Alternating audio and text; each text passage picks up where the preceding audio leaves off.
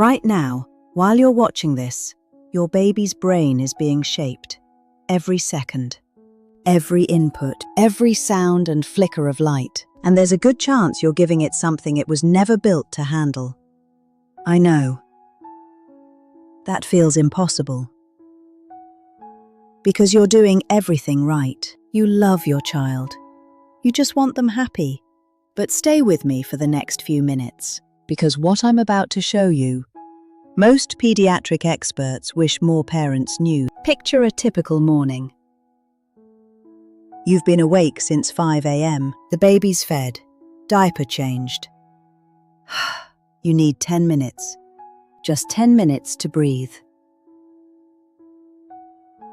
So you do what millions of parents do. You put on a show.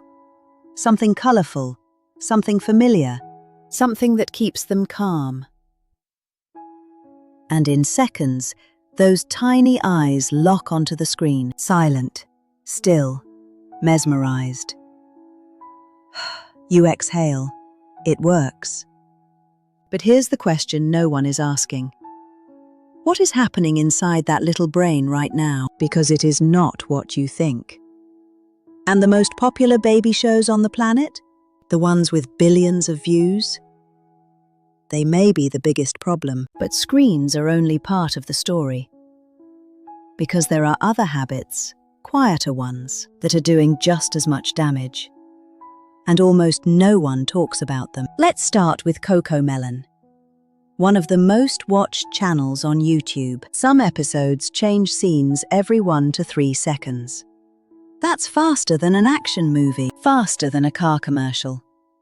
All aimed at babies under 2. Dr. Dimitri Christakis, a pediatric researcher at Seattle Children's, has spent 2 decades studying fast-paced media. His findings are clear. The faster the screen, the greater the overstimulation. The greater the overstimulation, the harder it becomes for a baby to regulate their own attention later. And it gets worse. Baby Shark, Blippi, even Paw Patrol. Modern versions with flashing lights, rapid zooms, beat drops. Designed around what makes babies stare, not around what babies need. Designed around what makes babies stare, not around what babies need. But here's what surprises most parents. It's not just screens. An irregular sleep schedule is doing the same thing. When nap times shift constantly. An irregular sleep schedule is doing the same thing. When nap times shift constantly. Dr. Matthew Walker describes how, in infancy, sleep is not rest. It is active brain construction. Neural pathways form. Memories consolidate. Emotional regulation circuits wire themselves together. Disrupt the sleep. Disrupt the architecture. Then there's the silence problem. A quiet home feels peaceful. But for a baby's brain, it's a missed opportunity, happening hundreds of times a day. This is where most parents go wrong, not from neglect, from trust. We assume, if it feels fine, it must be fine. But the damage is invisible, until it isn't. We assume, if it feels fine, it must be fine. But the damage is invisible, until it isn't. Here's what research tells us. In the first 3 years, a brain creates 1 million connections every second. That is not a metaphor. That is the actual speed of development. And those connections are shaped by experience, by faces, by voices, by touch, by the pause between a parent's word and a baby's gurgled response. Researchers call this serve and return. You coo, they respond. You smile, they mirror. You talk, they babble back. Dr. Jack Shonkoff describes serve and return as the single most important interaction pattern. When we replace that with a screen, or when we don't respond to babbles, we rob the brain of the stimulation it was designed to receive. Media makes it worse, flooding the brain with dopamine. The same chemical released when adults scroll social media, that hit of excitement. Once the brain gets used to that, real life starts to feel underwhelming, that hit of excitement. Once the brain gets used to that, real life starts to feel underwhelming. Parents often notice it. The crying when the screen turns off, the restlessness during quiet play, the inability to focus for more than 30 seconds. Those are not behavioral problems. Those are signs of a brain calibrated to expect constant high stimulation. The AAP links this to attention difficulties, language delays, and disrupted sleep, all measurable by age 5. But here's what no one tells you. Your baby doesn't love the show.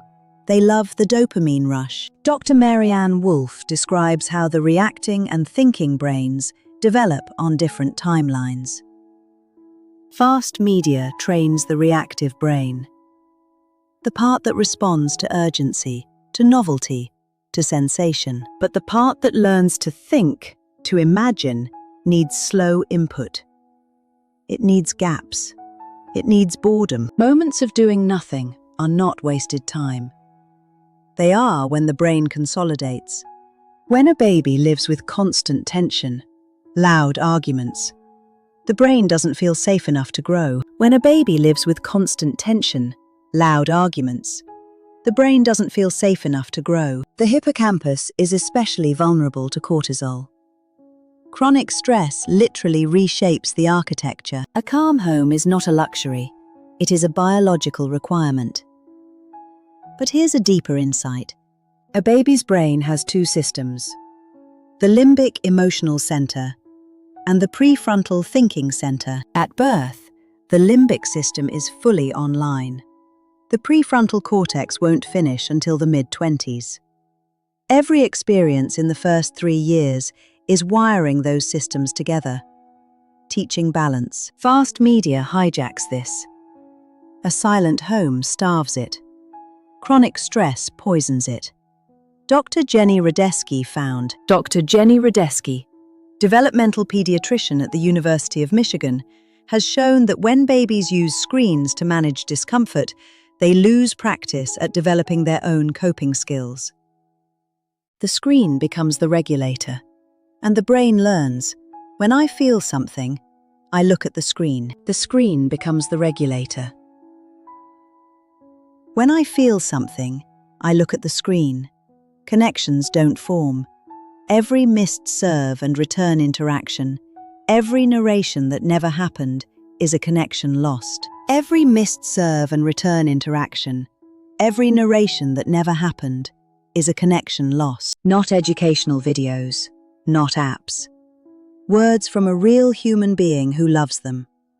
That pattern, set in infancy, shapes everything that comes after. Now, here is what matters. You don't need to throw away every screen, you need a shift.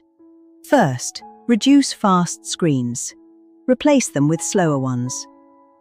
Daniel Tiger. Bluey's quiet episodes. Watch together. Never leave the screen as a babysitter. Second, protect sleep like medicine. Consistent bedtimes. Calm, wind-down routines. The brain builds itself while your baby sleeps. Third, respond. Always respond. When your baby coos, coo back. When they babble, mirror it. Fourth, talk constantly. Narrate everything. Your voice is the most powerful tool on the planet. Fifth, give them movement and mess. Say floors to crawl on, objects to touch, shake, and explore. Sixth, create calm. If you feel overwhelmed, walk away and breathe. A regulated parent is key. If you've used these shows, stop beating yourself up. That is not failure. That is survival. The brain is plastic. It's capable of extraordinary recovery. You'll see changes within weeks. Better sleep, longer attention spans, more curiosity. The brain is not broken, just pointed wrong. You've already started pointing it somewhere better. Your baby doesn't need perfect routines. Your baby needs you. Your face. Your voice. your calm, consistent presence. That has always been enough.